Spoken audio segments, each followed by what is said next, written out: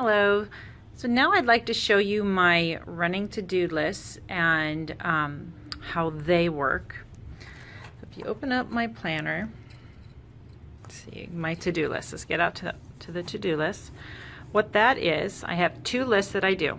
This is my running to do. This is anything that has popped into my head that I want to eventually get to, but I know that I'm going to forget unless I have it in front of me. So like I've been really interested in genealogy, but we've been so busy that I just can't focus on it right now. Well, that's something I would really like to do and have my children involved in. So I wrote that down, start genealogy. I have different products that me and my children sell that I'd like to get on Etsy, and so I got that down. Transferring the title to our trailer. That was something we just kept forgetting, and so we wrote it down. Registering my dogs. I breed Cavalier Spaniels, and so I have two new little pups, and I just kept forgetting to register them. I put the papers away and it was out of sight, out of mind, so I wrote it down here and then got it done. But see, here's an example. Just writing down all these little things, and then you can see them and cross them off as you go through your day or week or whatever. So what I have these here. So like say for example, this transfer trailer title. Well, I knew that my husband was going into town and he was going to take my daughter to the DMV to get her driver's permit. So by having this down and looking at it every week, I remembered that we had that transfer that needed to take place. And so I sent the paperwork with him to the DMV, and that's how it got done.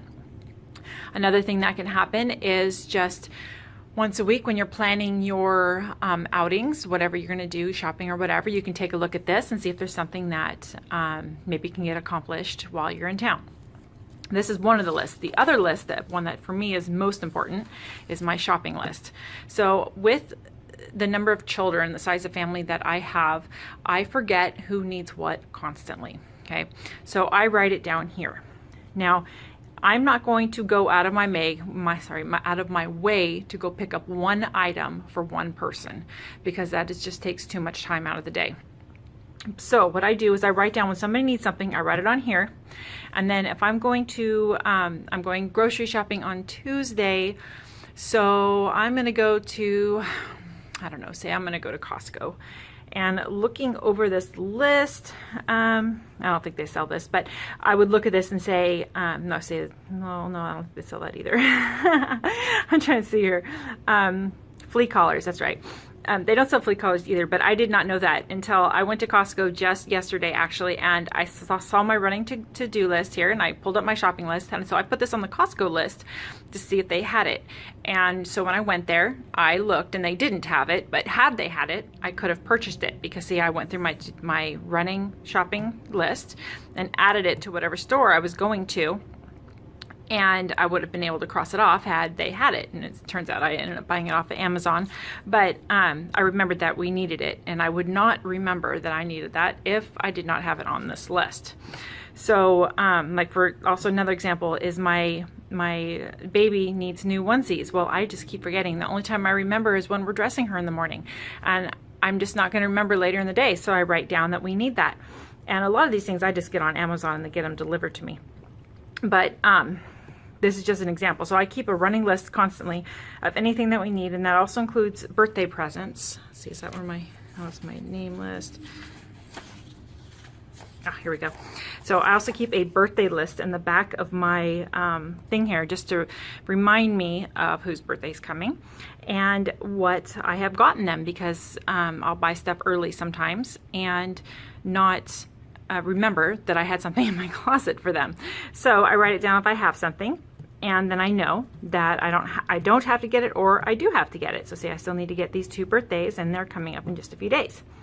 So that's what really, and plus I also keep a list of what I've gotten other kids, just so that I don't, accidentally get a little bit too big of a present for one and not much for another. I try to keep things not equal, but fairly equal. Like obviously a 20-year-old is going to get a present of a different monetary value than something a 3-year-old would get, or at least they would appreciate it a little differently. I can get my 3-year-old a box of, a little container of bubbles, and that would just make their birthday. Whereas, if I popped in with a $3 to $5 gift for my 22-year-old, she'd look at it like, okay, Mom, well, it's not much there.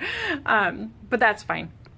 So I tried to just write it down so that I can remember, and you can see we're pretty avid readers, so my kids get a lot of books, and they actually really, really like that. My daughter, this was like her favorite book, was this Braille book that we got her because she's trying to learn sign language and Braille right now. So this is just an example of how we do presents and keep track of everything, including our shopping list of miscellaneous items. So I hope this helped.